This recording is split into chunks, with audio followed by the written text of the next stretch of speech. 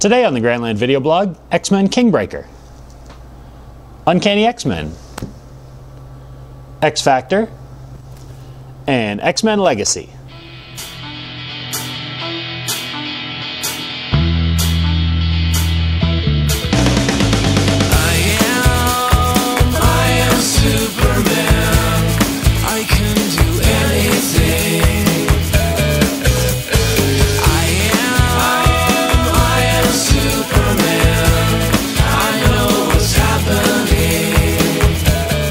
Welcome to the GrandLAN Video Blog for books that came out on February 18th, 2009. It's the third time I've said it. It still doesn't sound right in my mind, so maybe I'm making a complete fool of myself. As always, I'm Craig, your host. This is part 3 of the series. The first 2 parts are available wherever you watched this video. Hopefully you just finished watching them, in which case, good on you.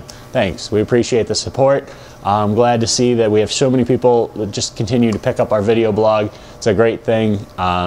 Obviously, I like the video blog because I keep doing it week after week, and I hope you all enjoy it as well. First, by request, and I'm going off the top of my head, was it Tears for the Genesis that told me to review X-Men Kingbreaker? I hope it was you.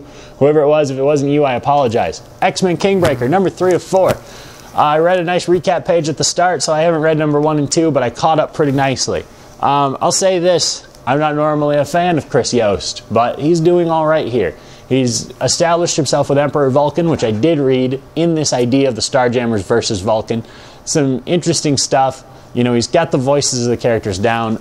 I think they're making a really interesting decision with the art here. Between Weaver and Diaz, it's real tough. It's just, it doesn't fit the book. But overall, this is a nice story. This is another fun little, you know, if you liked the X-Men and Starjammers from the 80s, you liked stuff like that, this book is really fitting into that niche.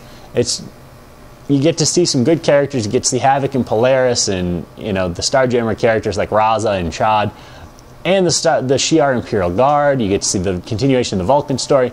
Good stuff all around. And like I said, the art is the only concern that I have here. It's just kind of cartoony and just doesn't fit. But the writing is again top notch. Really good stuff leading into the War of Kings, and really probably leading correctly into the War of Kings, unlike much more peripherally over there in Guardians of the Galaxy. This actually gets right into it and really tells you where Vulcan is to set up this story that's coming up this summer. So highly, highly recommended for the writing alone, not really the art. Again, thanks to, I'm hoping it was you, Tears for the Genesis. I don't know. Whoever it was, if I'm wrong, I apologize, but whoever it was that told me to pick this up, great stuff. Next up, Uncanny X-Men 506. Matt Fraction. Oh, line up the shooting gallery, sir. You're next. What is this? This is bad. The Dotsons, both of them working together, also not paying off. It's just rough here. We get some weird story about Colossus rescuing Russian prostitutes that are in a crate. And they're all dressed like homely Russian girls because that's how Russian girls always look when they're imported to America in crates.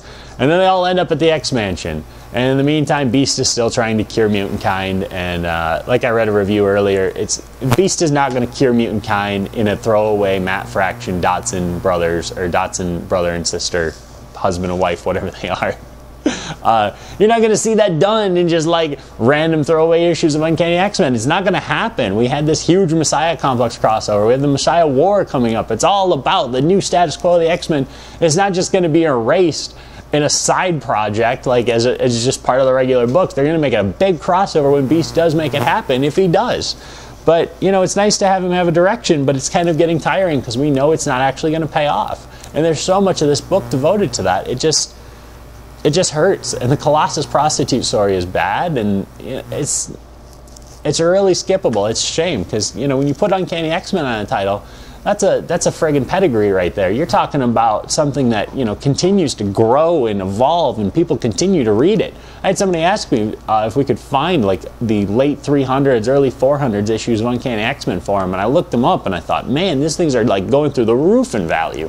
For seemingly no reason, because it's just such a legacy, you know. It's just a history here that the X-Men have of that title, Uncanny X-Men, and it's just being like thrown into the gutter here. Sorry, Fraction, but it's not good. It's not at all paying off.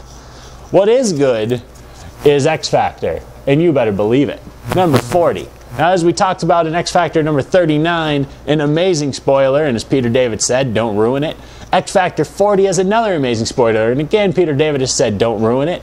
I'm okay with that. I'm not going to ruin it. This is the arc that's going to get me back into X Factor. I dropped it during the Messiah Complex because it was just confusing, and people are time traveling, and I buy an issue of X Factor, and all I get is Cyclops and Emma posing around and grimacing and yelling about things. I don't get the Madrox story to figure out where Madrox and Layla were going into the future. Plus, Layla Miller was one of my favorite characters, and she disappeared into the future, and we never saw her again other than a one-shot. And it was like, well, take one of my favorite characters off the team. After the shocking events of issue 39, we go back to John Madrox, the one dupe that's been allowed to live and not reabsorbed since very early on in the series when Madrox realizes that there are all these dupes and he's been chasing him down.